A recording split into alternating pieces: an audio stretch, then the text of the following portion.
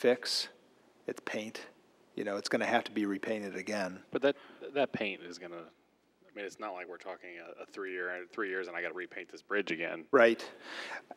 Now, we based the budgets on prices that we had gotten from a company in Newport that specializes in bridge painting and roller coaster painting. It is, I mean, it's a top-of-the-line, industrial-grade, Sherwin-Williams product that's made for steel out in the weather every day.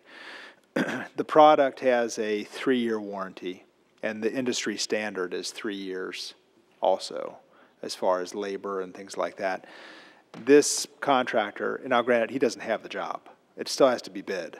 But he had said that he uses this product every day. He would not hesitate to warrant it for 5 years against everything, you know, cracking, spalling, color, chipping, and labor, you know, any kind of workmanship issues. So 5-year warranty is pretty good for paint. But he's saying that we aren't even going to be thinking about painting this for 10 years. You know, that's not even going to cross our mind. And he said it wouldn't be uncommon to even be 15 years, you know, for this remedy to hold up. He did mention, and I know that Renee had taken a look at it, Renee and Don, excuse me. He mentioned that there is a railroad overpass in Newport, the Trouth Bridge, that got painted with this. Did he say it was either 13 or 15 years ago? Sherry has a picture of that, and it did say Trouth. I don't know what. Yeah, that is the right one. Okay. Yeah, okay. it is the right one. And the back that was confusing is where they had put the Getta Fest banner, so they were using the bridge to advertise. That's the bridge that this guy supposedly painted. That's the back of it. That's as you're coming Yeah, down so into- you do see signs of wear. 27. Do you have the picture of the other side? Yeah. Okay. That's real pretty. Maybe we could just hang a really large banner over the whole thing. Yeah, get a pheasant. That shows the underneath part where I assume that they painted, and then that's actually. Yeah. And how long ago was this? Huh? How long ago was this? Yesterday? I mean, how long ago was the painting? That looks really bad for just being painted Yesterday. Gary, So, he said so it was after either- 24 hours, our paint's going to look this good. He said it was either 13 or 15 years ago that they had painted this. So now in reality, we could expect similar type of look. And and he said that, you know, like even here, you can see, if you look real closely around some of the rivets, he said that's not uncommon, that, you know, where you've got pieces of the bridge that are coming together, that, you know, some signs of rust may begin to come through, you know, after 15 years or whatever. But he said that can be counteracted too, just by the color that you pick. You know, if you pick a, you know, whatever it might be, a dark brown or something like that. Rust. Or a rust color. Yeah, no, I don't think. It's actually brilliant. That might be the forever solution. Vicki? Years ago, I brought up this bridge thing, and I was told that we were not allowed to spend city money for something that was not owned by us, and I don't know if the person who said that to me didn't know what they were talking about, or if the rule has changed. Can somebody enlighten me on that? didn't we just do that Yeah, I last don't week know. or 2 weeks ago? No, park? Cutting down This someone's tree. This was way before you, Gary. No, I'm saying that comment, though. A couple weeks ago, we decided to spend money on a park that's not in the city. Yes, but this That is, really this bothers is, you, doesn't it? yeah, does. that park. Yeah, but that's going to benefit our citizens, and I know the beauty of this is going to benefit, but I'm talking about KLC. I think it was Bill Shire. It was during his regime, and I said something about the bridge, and he says, well, we can't fix it, we can't do anything to it because we'd be spending city money on property that does not belong to us. Here's my concern. My concern is if something gets screwed up, then we're gonna be liable for it. Yeah, the lead paint, that's what, that was my second question. I Who's mean, gonna be if something responsible gets when they messed up, like if these blast painters that? mess something up or something gets messed up with that bridge, that railroad's gonna come after Gotta us. get it off of that. No, they're not. They're gonna paint over it. It's not gonna be sprayed. I don't know. No, if no, you they, can do that. they No, they're not gonna they scrape would it. prep it. They would knock off all the loose paint, and they'd have to catch all those. I mean, they would have to tent in that bridge. That makes me nervous. Yeah, they That do, makes they a have to difference tent it because in. What we were being told is it wasn't gonna be done that way.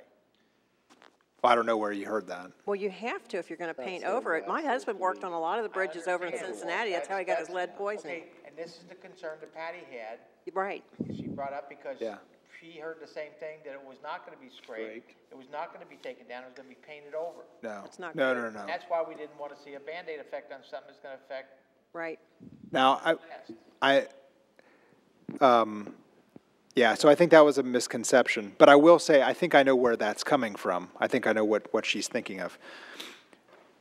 Years ago, this project was said to have costed, I think people said between $500,000 or $600,000 to get this done.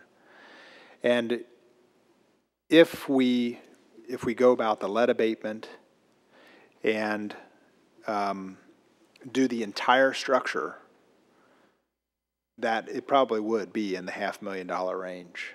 Okay. Now, what we're talking about is, since it's not city owned, we're talking about painting the areas that we can see. So that would be painting the sides that you're looking at and the main beam that's underneath. You know, maybe the surface of the underside, but a majority of those costs are in the structure that's underneath the rails.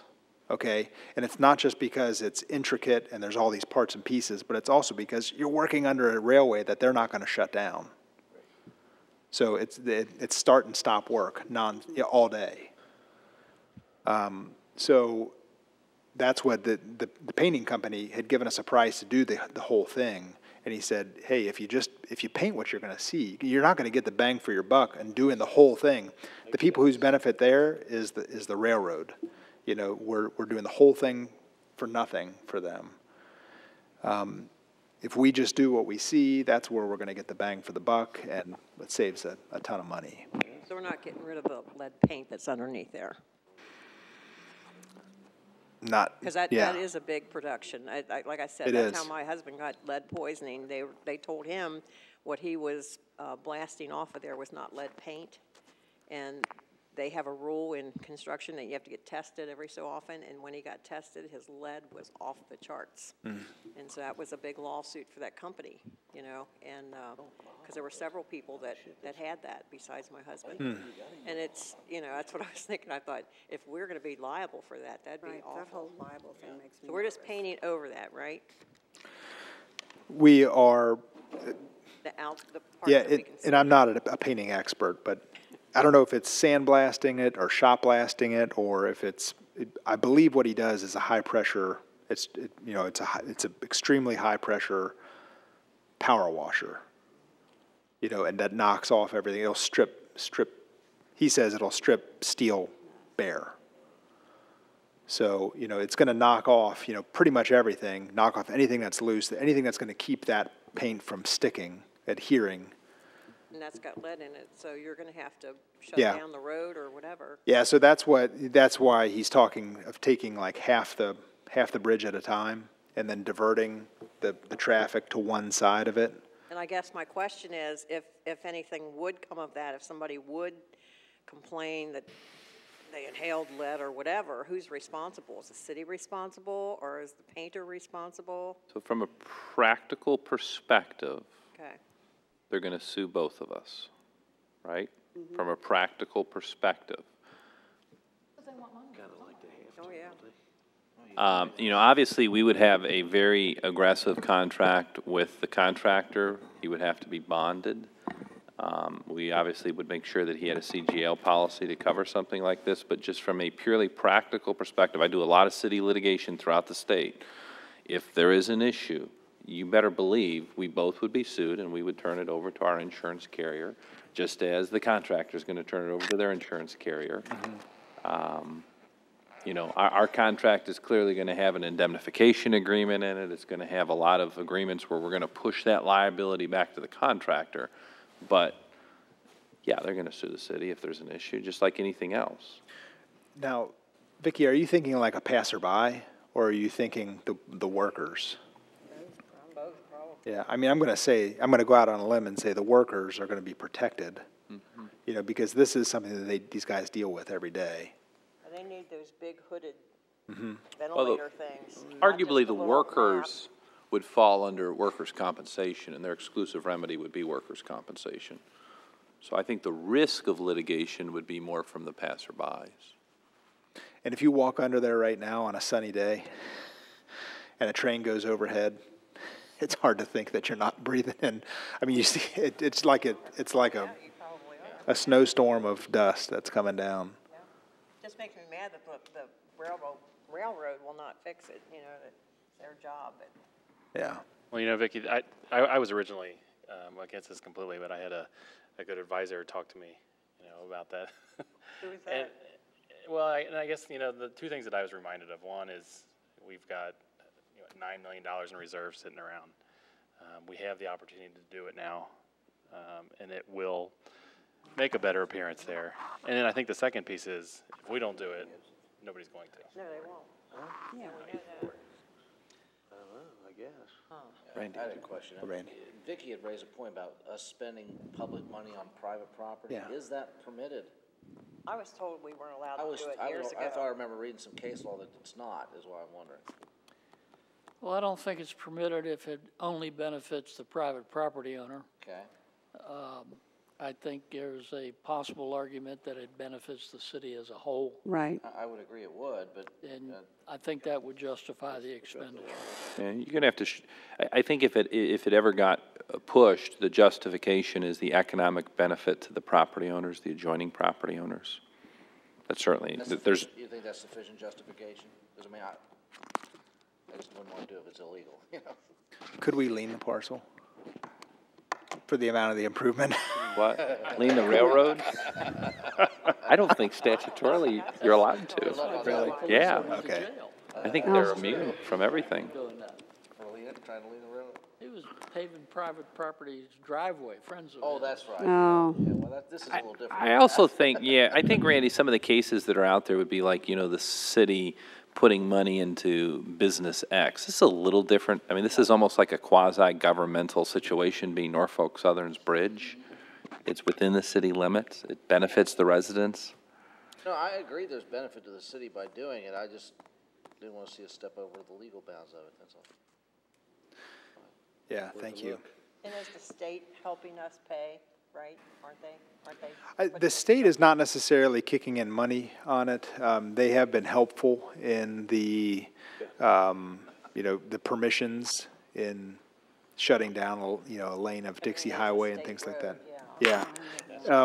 I know Jim had mentioned that he is hopeful that maybe even perhaps they will take care of the costs of the, what, help me out with what they call it. Traffic management plan. Traffic management plan.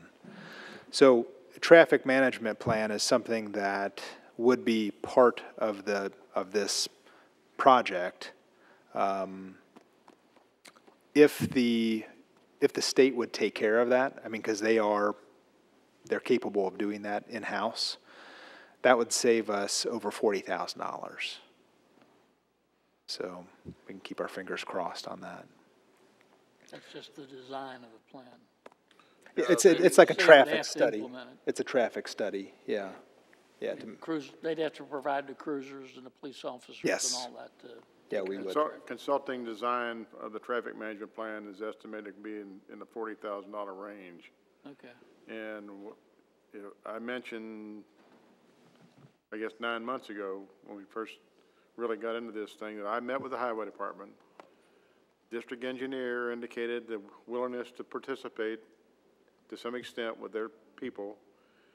I asked them specifically whether could they help us with specifications and consideration of traffic management. And they said yes, but they weren't going to, told the mayor tonight, they weren't going to spend a nickel until they know for sure that we were gonna do the project, because we've been talking about it, and we've been talking about it, and we've been talking about them for years. Right.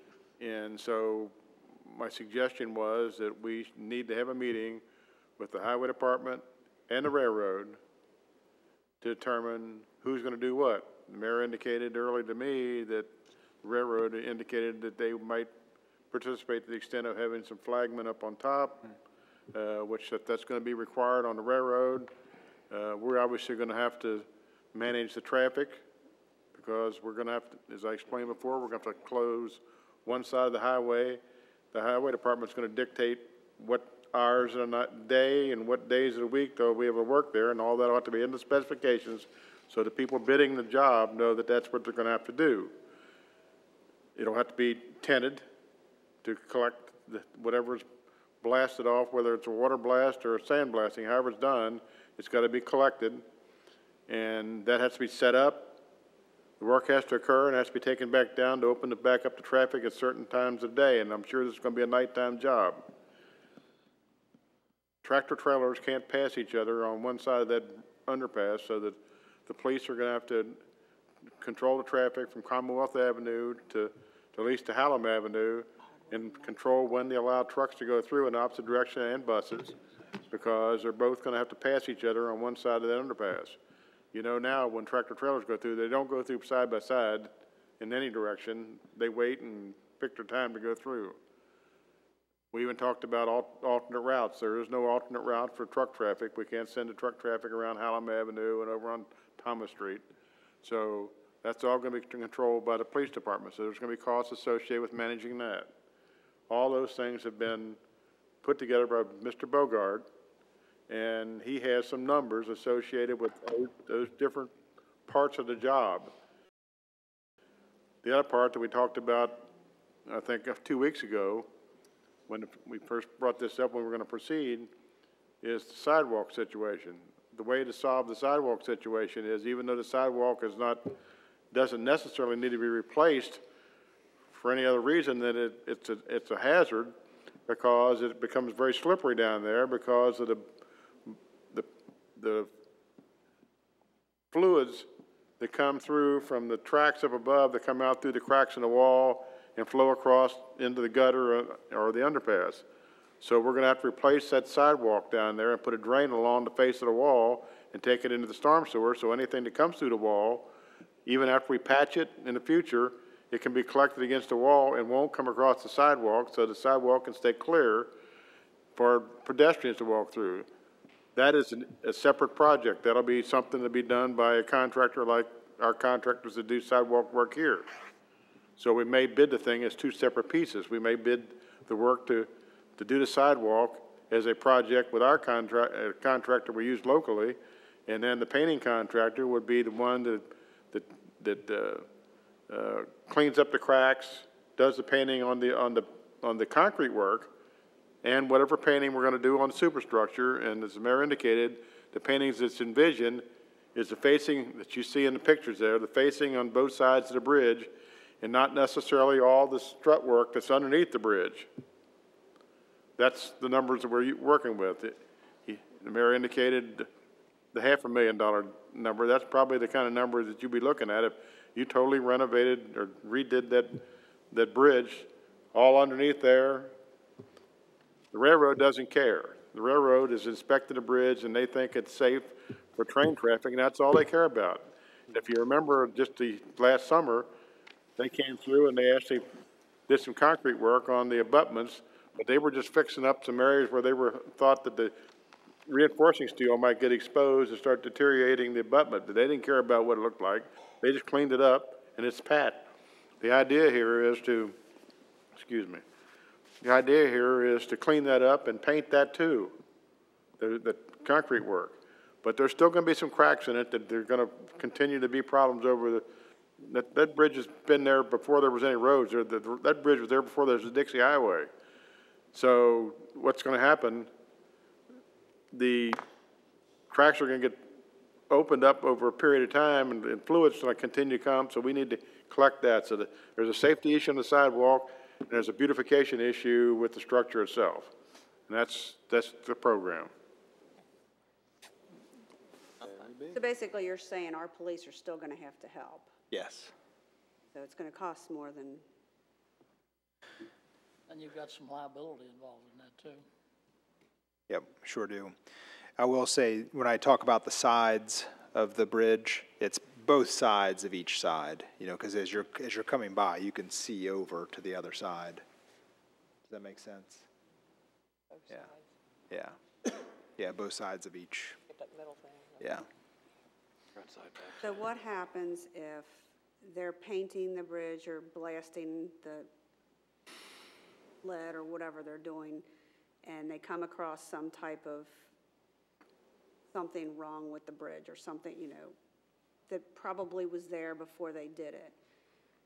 Who's to say the railroad's not gonna say they did it, and then who's liable there? That's my biggest concern. That is valid. I hadn't My thought biggest about that. concern. That's what I've been worried about from the beginning about that, because you know the railroad's gonna stick it to us if anything like that happens. That's going to be a battle, though, between the railroad and the contractor in that specific situation, if the contractor is damaging that bridge.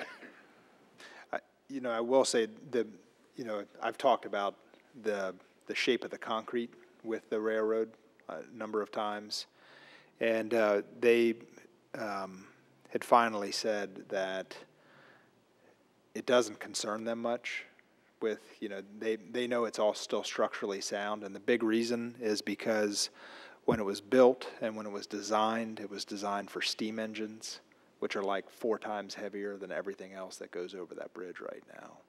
So it's grossly over-designed at this point. That's good to know. Yeah. I Sir, didn't bring that into the room much.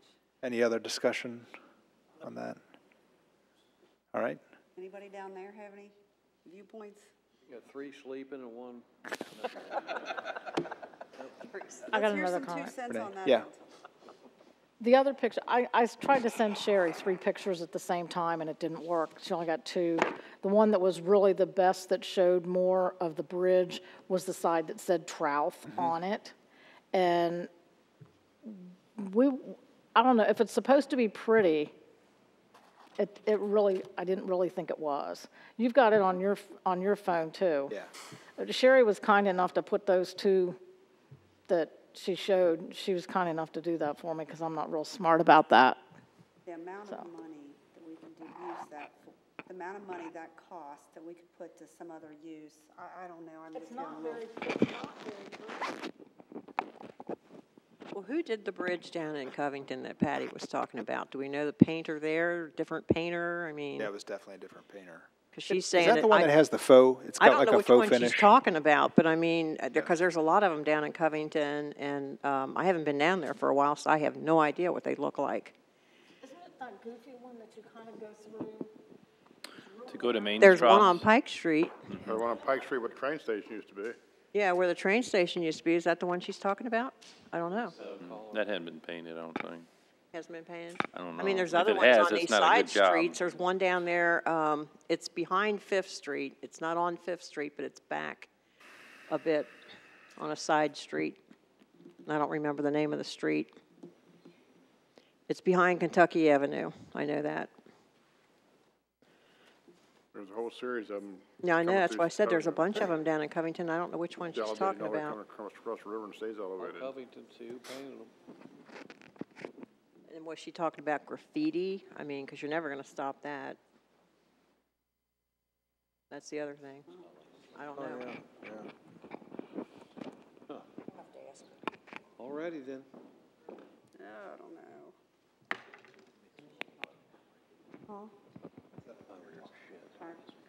While the mayor's walking around, a little history of the underpass is this, that Dixie Highway was the Lexington Turnpike and there was toll booths on it, and it was not paved When was that?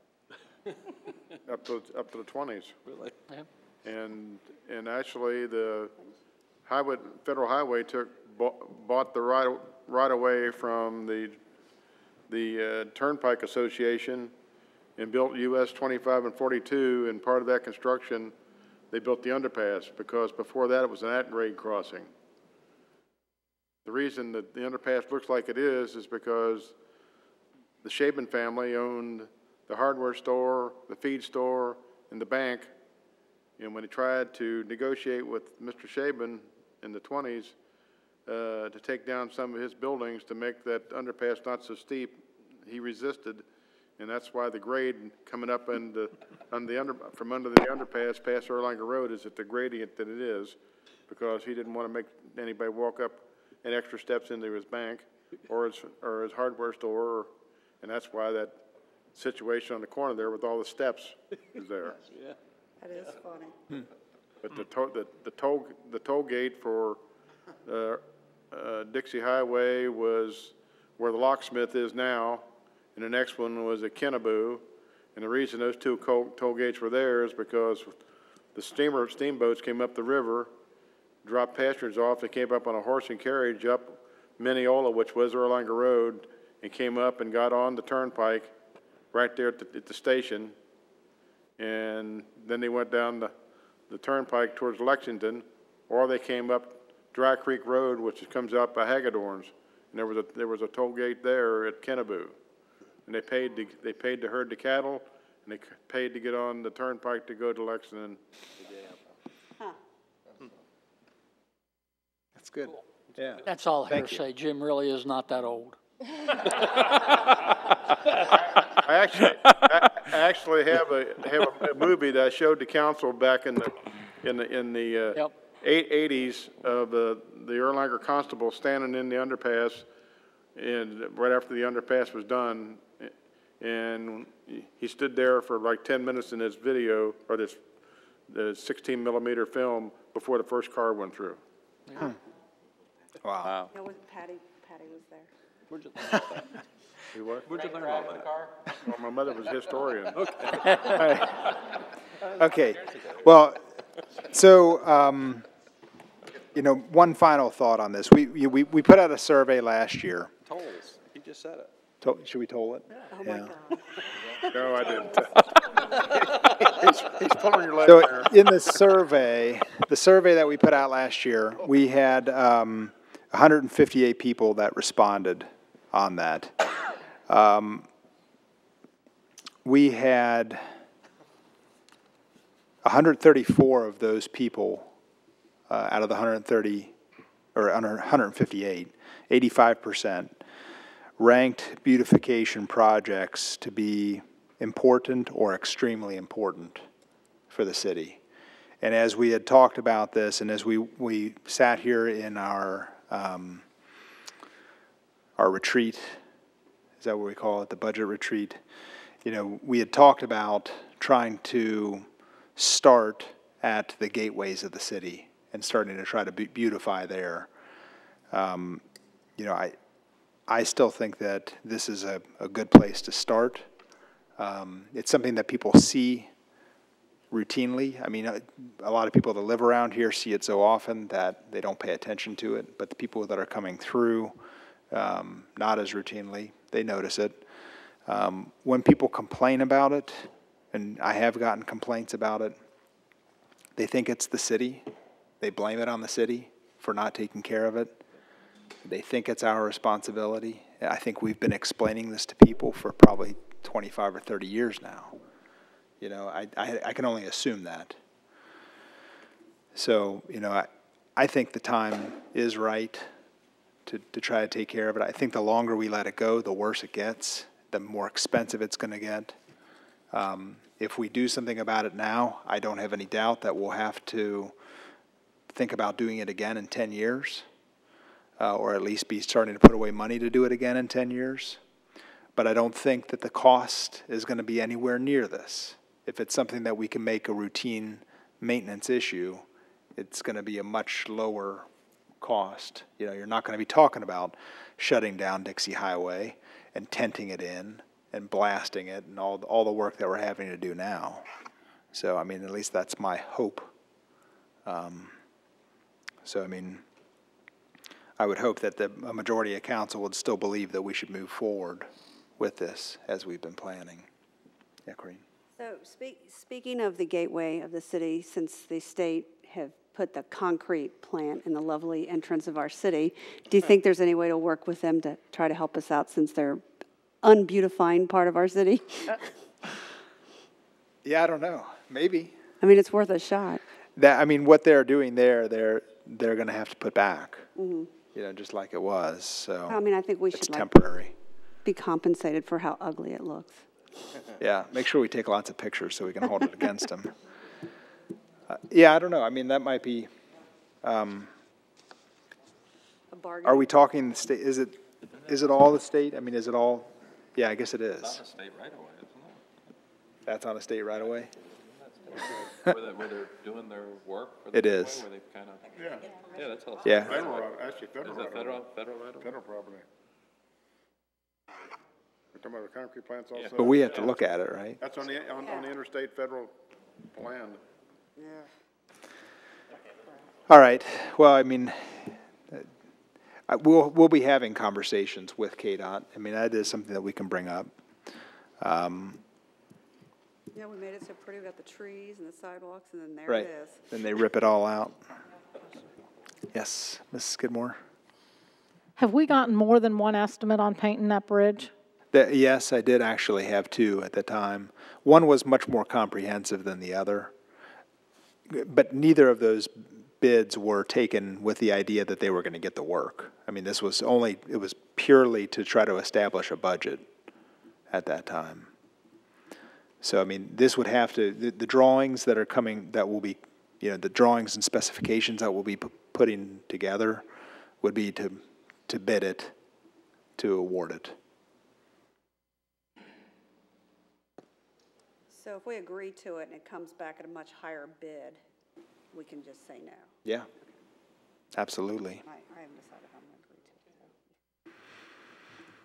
All right. If there's no more discussion, then I'll entertain a motion that we adjourn. Motion by Mrs. Skidmore, second by Mr. Dunhoff. Any discussion? All in favor say aye. Aye. Motion adjourned, or motion carried, meeting adjourned.